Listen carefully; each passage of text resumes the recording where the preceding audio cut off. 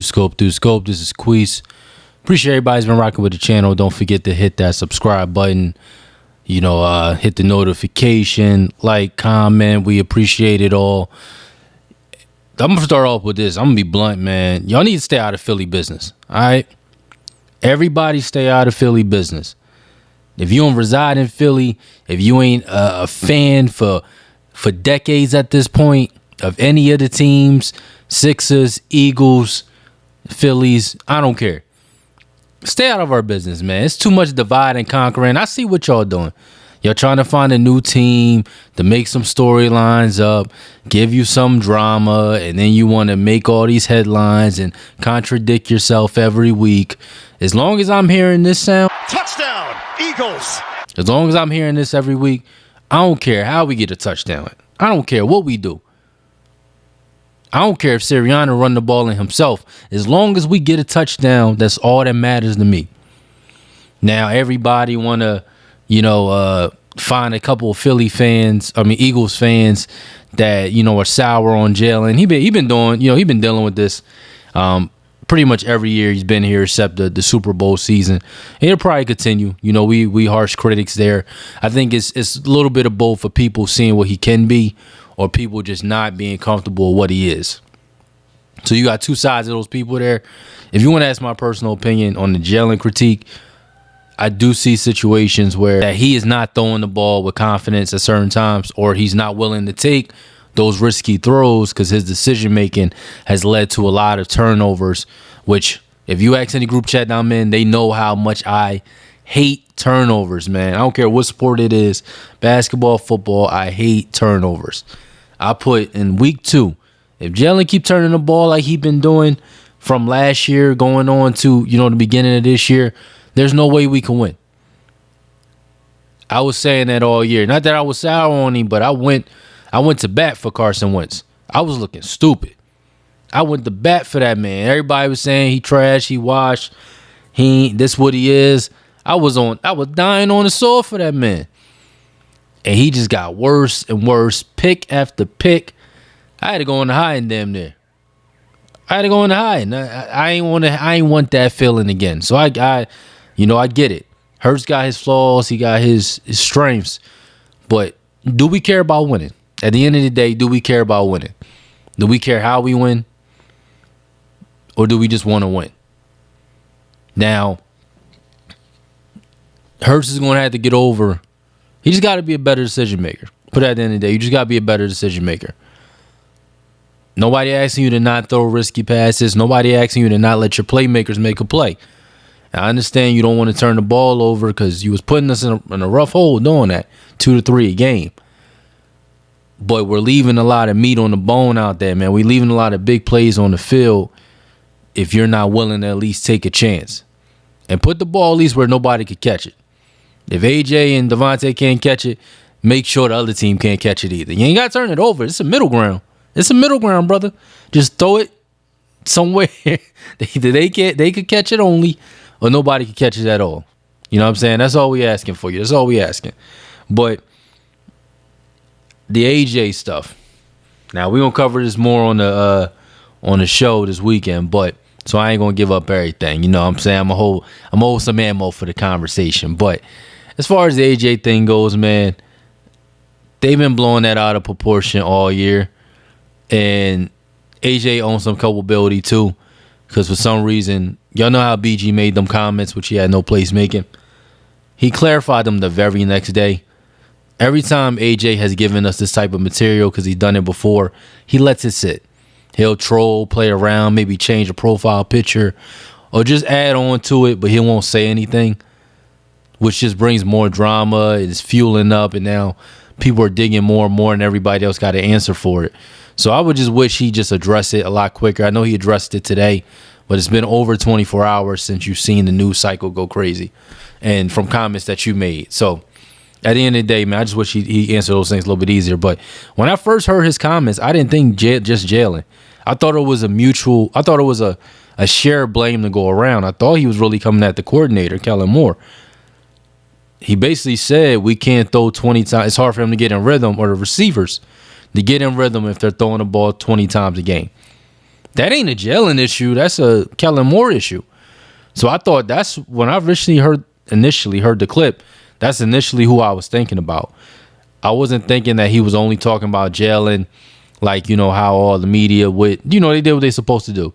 Get a clickbait and run with it. They did what they supposed to do.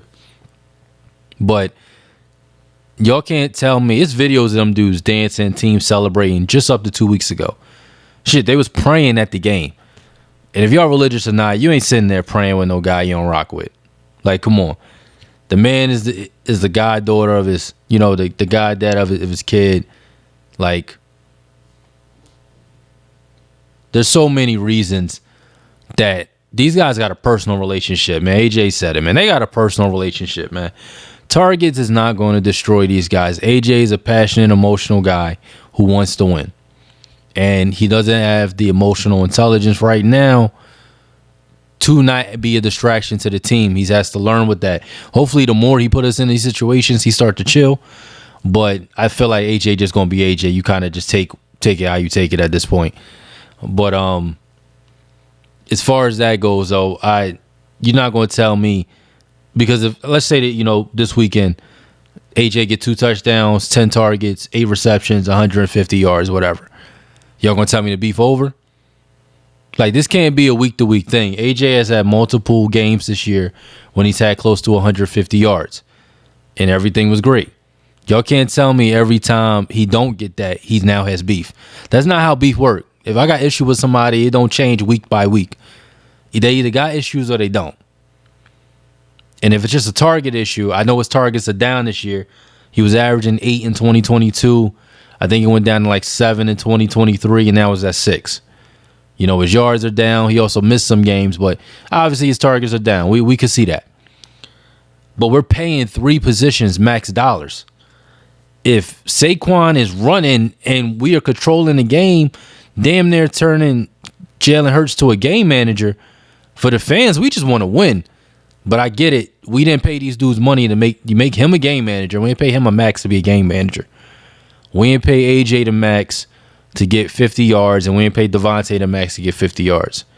But we also ain't paid the max for, or gives, you know, Saquon that money to barely touch the ball either. I knew this was kind of going to be an issue going into the season. I just felt like we had too many abundance of riches on offense that somebody wasn't going to be happy. I just kind of felt that was going to be an issue this year. Somebody wasn't going to get fed. If y'all remember the first week, Goddard said the same thing. He wanted to get more targets. It's always going to be somebody that wants more targets. And the way we do our offense is not like Detroit.